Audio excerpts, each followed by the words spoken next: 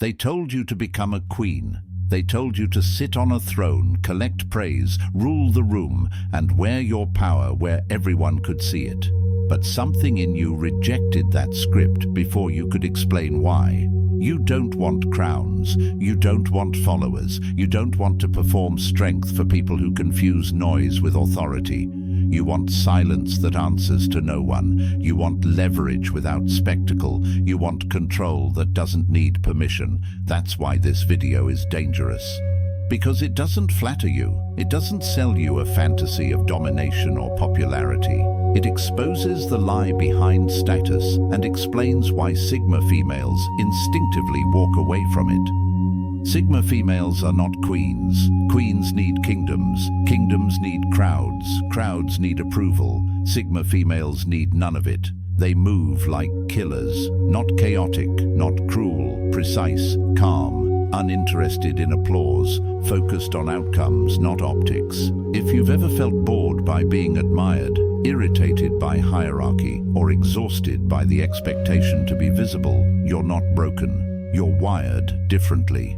Sigma ladies, this video is for you. And if you want more conversations like this, grounded, sharp, and free of performance, subscribe to Wisdom Ways and stay connected to the Sigma lady mindset. Point 1. The Velvet Guillotine.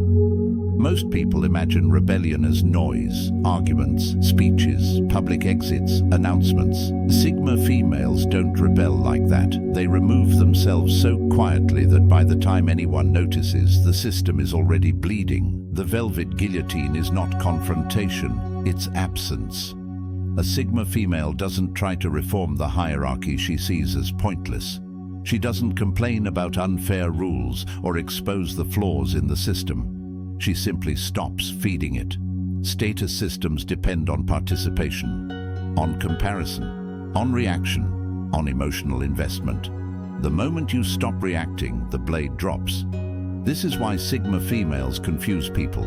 There's no dramatic fallout, no visible anger, no revenge arc, just a clean disengagement. One day you're there, the next day you're unreachable. People mistake this for coldness. It isn't. It's efficiency. A Sigma female understands that attention is currency, and she refuses to spend it on structures that don't pay returns. She doesn't need to prove she's above the game. She proves it by not playing. This is threatening to those who live for rank, because rank collapses without witnesses. When you stop caring who's on top, the ladder becomes decoration. That's the velvet guillotine, soft hands, final cut. Point 2. Trophy allergy syndrome. There's a moment every Sigma female recognizes, the moment something stops being real and starts being displayed. A relationship that turns into a flex, a career choice that becomes a label, a lifestyle that exists more for proof than for peace. That's when the allergy kicks in. Sigma females are deeply allergic to being used as a trophy, and they can sense it instantly. The energy shifts. Conversations become performative. Presence becomes transactional. Suddenly, you're not valued for who you are. You're valued for what you signal. Status-driven people collect symbols to soothe insecurity. Sigma females don't want to be one of those symbols. They don't want to be the impressive partner, the intimidating woman, the successful friend, or the aesthetic figurehead. Not because they lack confidence, but because they hate being reduced. A trophy is admired, but it's never consulted. And Sigma females need agency, not admiration. This is why they often walk away from situations others would kill to be in. High-status circles, influential connections, shiny opportunities with invisible strings. They can feel the expectation forming, perform this role, maintain this image, validate our narrative, and their nervous system says no. They would rather be misunderstood than displayed. They would rather be alone than ornamental. Status culture teaches women to turn themselves into objects of aspiration. Sigma females reject that trade completely. They don't want to be admired from a distance. They want to live fully, privately, and on their own terms. That refusal isn't weakness, it's sovereignty. Point 3. the museum of other people's applause.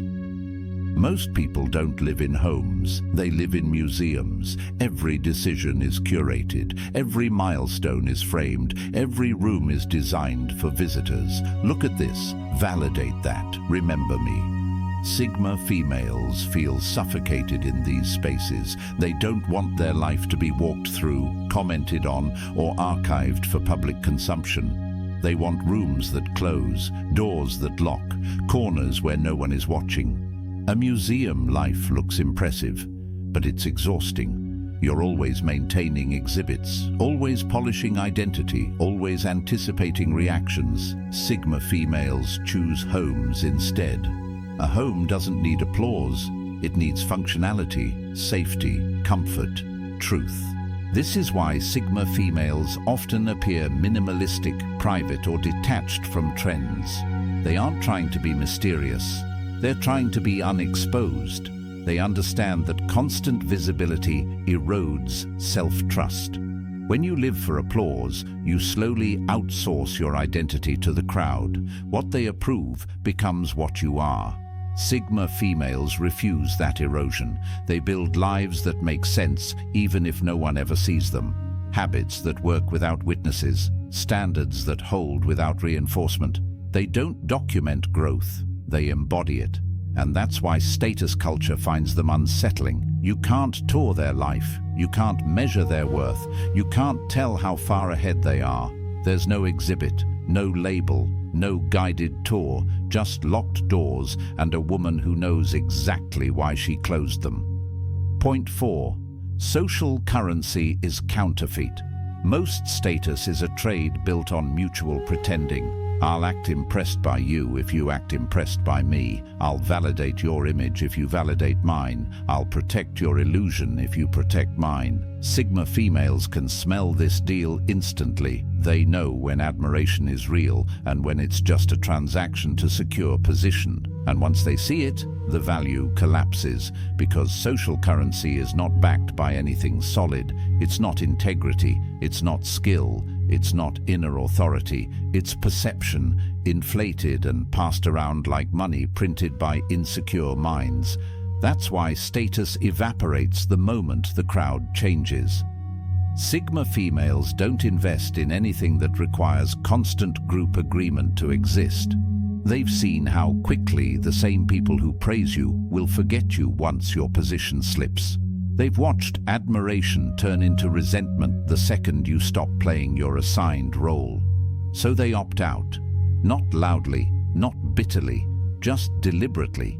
They choose to build value that survives isolation, value that works even if no one claps, skills that function in silence, character that doesn't require confirmation.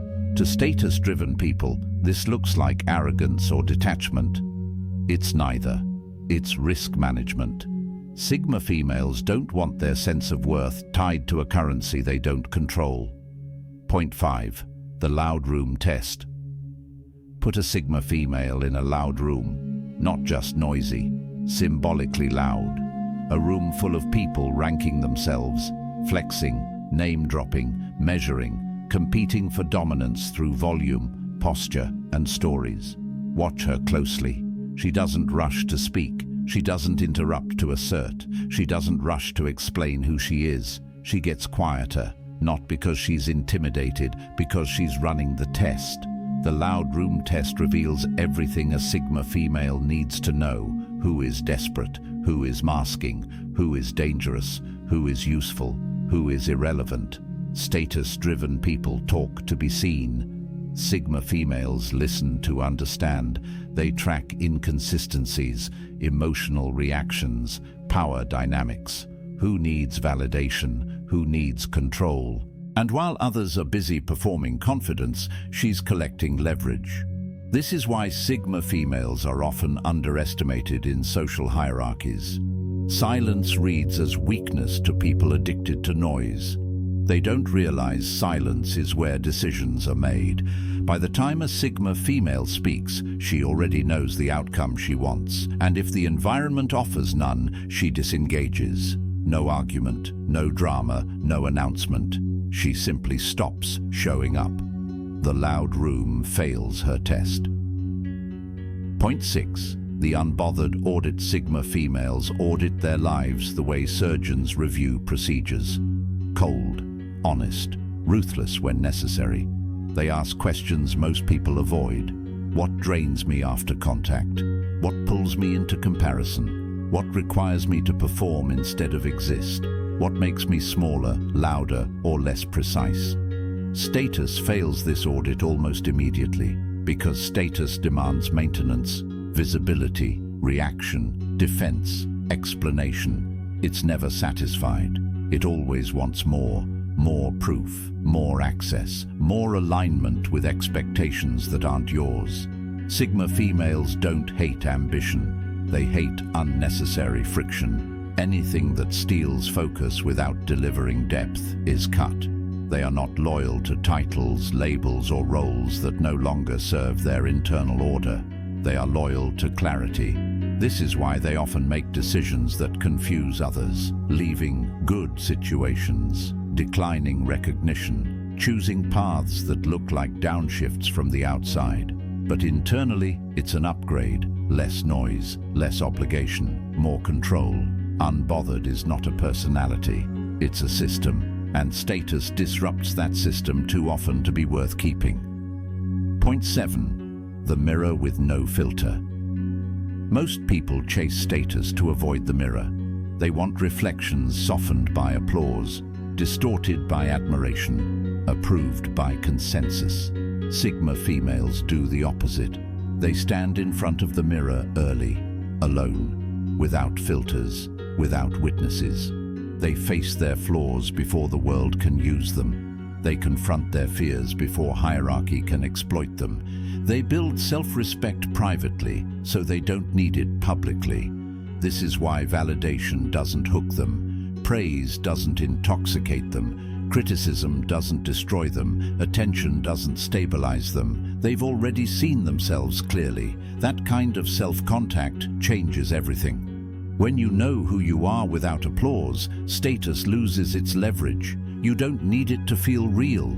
You don't need it to feel safe. Sigma females reject status because they don't need it to buffer their identity. They already did the hardest work, alone, quietly, without witnesses. And once you've done that, no crown can offer you anything new. Point 8. The status trapdoor. Status looks like elevation. In reality, it's often a trapdoor disguised as a staircase. From the outside, it promises access, influence, security, a sense of arrival. But once you step fully into it, you feel the mechanism lock beneath your feet.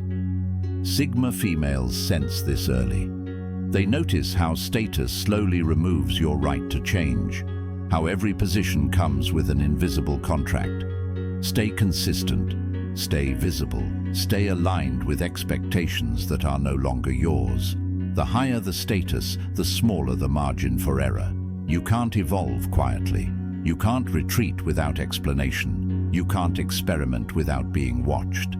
Status punishes deviation. Sigma females value mobility more than elevation. They want the ability to pivot, disappear, rebuild, and return stronger without public negotiations. That's why they avoid systems that require constant loyalty displays. Status doesn't just want performance, it wants predictability, and predictability is a cage. They've watched people become trapped by identities they once wanted. Successful, admired, respected, and completely unable to leave without losing everything they're known for. Sigma females don't want to be known like that. They want options. So when they sense the trapdoor beneath the shine, they step back. Not because they're afraid of commitment, but because they're allergic to confinement. Freedom matters more than rank. Point 9. The hunger broadcast. You can always tell who is driven by status. They broadcast hunger. They talk too much about what they've achieved. They over-explain their decisions. They overreact to disrespect. They can't tolerate being ignored. Everything about them says, see me, confirm me, choose me. Sigma females don't broadcast hunger. They broadcast standards. Their energy is contained. Their reactions are measured. Their presence doesn't beg to be noticed. It simply exists with weight. This isn't emotional detachment, it's emotional discipline. Status-driven people are loud because they're starving. Sigma females are quiet because they're fed. They don't need the room to validate them, so the room starts watching them instead. That irony is not accidental. Hunger creates noise. Satisfaction creates gravity. This is why Sigma females often intimidate without trying. Their calm isn't passive, it's controlled. It signals self-sufficiency. They don't chase approval, they decide what's acceptable. And status culture doesn't know how to handle someone who isn't asking for anything. Quick pause, Sigma ladies. If this video is resonating and you want to support the Sigma lady and the work behind these conversations, you can do that through Buy Me a Coffee. The link is in the description and pinned in the first comment. Your support helps keep these videos sharp, independent, and free from performance pressure. Now let's continue. Point 10. The selective spotlight. Sigma females don't hate visibility. They hate dependency on visibility. They understand that being seen can be useful, strategic, even necessary at times, but they refuse to let visibility define their worth or direction. They step into the spotlight when it serves the mission, then step out without apology. This ability confuses people. Status-driven individuals cling to visibility because once they disappear, they feel like they stop existing. Sigma females disappear to recalibrate, rebuild, and regain precision. They don't fear being forgotten. They trust their ability to re-emerge stronger. The selective spotlight is a weapon. It allows them to avoid burnout, surveillance, and narrative control by others. They decide when to be accessible. They decide when to be unavailable. They decide who gets to see which version of them. That level of control is impossible inside constant status performance, so they reject it. They choose relevance over recognition, impact over image, and when they are visible, it's intentional, clean, unmistakable, not noise, signal. Point 11. Respect without witnesses. Status culture needs witnesses. It needs people watching so the hierarchy stays real. It needs applause so effort feels justified. It needs public confirmation so identity doesn't collapse. Sigma females don't operate like that. They practice respect without witnesses. They keep promises to themselves that no one else knows about. They walk away from situations where staying would earn praise but cost self-respect. They choose discipline when no one would ever find out if they didn't. This kind of integrity is invisible, and that's exactly why it's powerful. Status-driven people behave well when they're seen. Sigma females behave well because they are seen by themselves. That internal witness never leaves. This changes how they move through the world. They don't need to announce boundaries. They don't need to threaten consequences. They don't need to posture. They simply act in alignment, and misaligned environments fall away on their own. People often misunderstand this as emotional distance. In reality, it's emotional accountability. Sigma females know that the most dangerous thing you can lose is self-trust, and once that's gone, no amount of external respect can replace it. Status asks, "Who's watching?" Sigma asks, "Can I live with myself after this?" Only one of those questions builds something unbreakable. Point 12. The predator vs. the performer split. There are two types of power in the world: performer power and predator power. Performers need reaction. They need feedback loops. They need constant stimulation to feel effective. Their energy spikes and crashes based on attention. Predators don't need reaction. They need results. Sigma females align with predator power, not in cruelty, but in precision. They conserve energy. They choose battles. They don't waste effort proving dominance in rooms that don't matter. This is why status culture feels exhausting to them. It's all performance, endless signaling, constant recalibration based on audience response. Sigma females don't want to be impressive. They want to be effective. They'd rather win quietly than lose loudly. They'd rather build leverage than command attention. They understand timing. They understand patience. They understand that not every move needs an audience. When they act, it's deliberate. When they speak, it's intentional. When they disengage, it's final. Status-driven people mistake this restraint for passivity until it's too late. Point 13. The compliment that doesn't land. Try complimenting a Sigma female the way status culture teaches. You're intimidating. Everyone wants you. You're the top woman in the room. Watch how flat it falls. Those compliments aim at image, not substance. Sigma females don't live in image. They live in internal architecture. Discipline, clarity, self-command, skill, restraint. Compliment her consistency. Compliment her standards. Compliment the way she moves without needing permission. That's where she actually exists. This is another reason they reject status. Status praise is shallow. It celebrates appearance over depth, dominance over integrity. Sigma females don't want to be admired. They want to be accurate. They care more about whether their life makes sense than whether it looks impressive.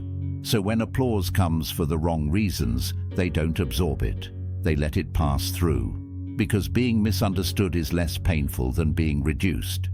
Point 14. The exit is the flex. Status culture teaches that winning means staying visible until the end. Sigma culture teaches that winning means leaving intact. The true flex is not domination. It's exit, knowing when to walk away, knowing when the cost is too high, knowing when continuing would mean betraying your internal order.